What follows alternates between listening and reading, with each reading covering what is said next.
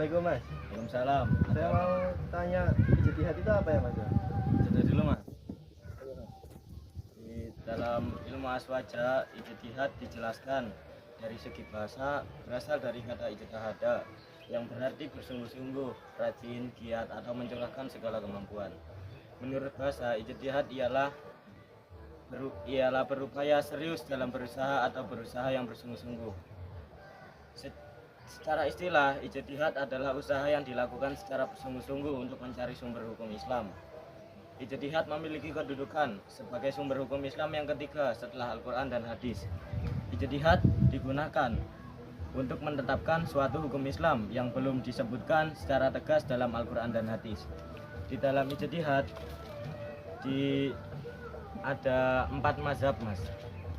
4 mazhab ini, yang pertama adalah Imam Abu Hanifah bin Sabit At-Taimi Al-Kufi. Beliau lahir di kota Kufah pada tahun 80 Hijriah, kemudian wafat di Baghdad pada tahun 1150 Hijriah.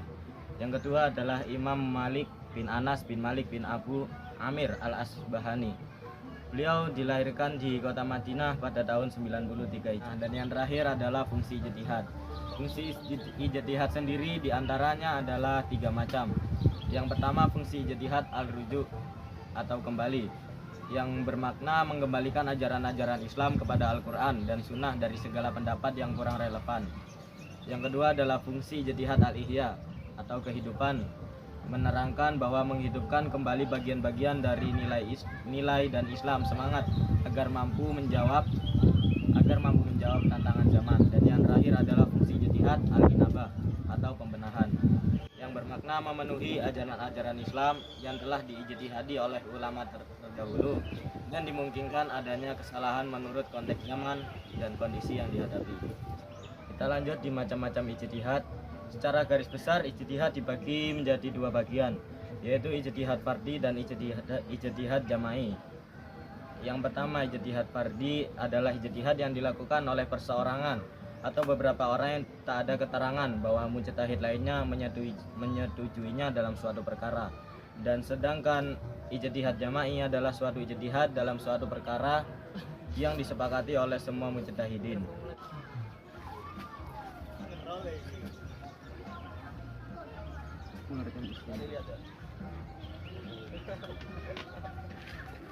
Mas, Ya Mas. permisi mau tanya apa yang dimaksud dengan istinbat ya Mas? Oh iya, ini saya juga kebetulan lagi baca tentang istinbat Mas. Istinbat itu berasal dari kata anbat, bentuk masdar dari nabata yang berarti itu air yang keluar dari dalam sumur Mas. Jadi ibaratnya kalau kita itu menggali hukum fikih sampai ke akar-akarnya Mas. Jadi air yang pertama kali digali Mas. Gitu. Dan ini itu menciptakan, mengeluarkan atau menyimpulkan hukum dari dalil Al-Quran atau hadis Mas. Dan orang yang melakukan istinbat itu juga disebut mustahid mustanbat Mas. Nah, ada juga mustahid mustanbik, yaitu orang yang melakukan istihad upaya untuk menerapkan hukum hasil istinbat. Karena untuk dapat melakukan istinbat, seseorang harus mengerti dan memahami ilmu fikih. Jadi kalau misalnya orang itu tidak mengerti ilmu fikih, itu belum bisa dikatakan mustahid Mas. Nah, itu ada syarat-syaratnya juga Mas untuk beristihad itu Mas. Nah, orang yang melakukan istihad itu harus mengetahui bahasa Arab dari segala seginya. Dari nggak boleh dari bahasanya saja, dari harus ke dalam-dalamnya. Yaitu tadi seperti sumur yang digali untuk pertama kalinya Mas. Nah, yang kedua itu mengetahui Al-Quran. Jadi bukan hanya sekedar membaca, memahami isinya, tapi juga tahu isi kandungannya dan apa maksudnya di balik Al-Quran itu tersebut. Dan yang ketiga itu mengetahui hadis. Jadi bukan hanya sekedar hafal hadis lalu diceritakan ke orang-orang. Jadi kita itu harus memahami sampai ke dalam-dalamnya. Seperti sumur yang digali pertama kali itu tadi. Untuk yang keempat itu mengetahui adat kebiasaan manusia. Jadi kalau kita jarang mengetahui adat, itu biasanya belum bisa disebut sebagai istihad. Ya itu saja untuk syarat-syaratnya.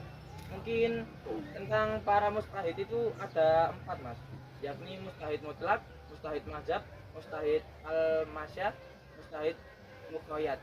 Nah, mustahid mutlak itu orang yang melakukan istihad langsung secara keseluruhan dari Al-Quran dan hadis. Jadi itu ada 4, yaitu seperti Imam Syafi'i, Imam Hambali, Imam Hanafi, dan Imam Maliki. Nah, untuk mazhab, ya untuk mustahid mazhab ini biasanya itu para mujtahid yang mengikuti salah satu mazhab dan tidak membentuk mazhab tersendiri. Jadi orang yang mengikuti mazhab Imam Syafi'i tapi dia itu tidak membentuk mazhab sepenuhnya. Begitu Mas.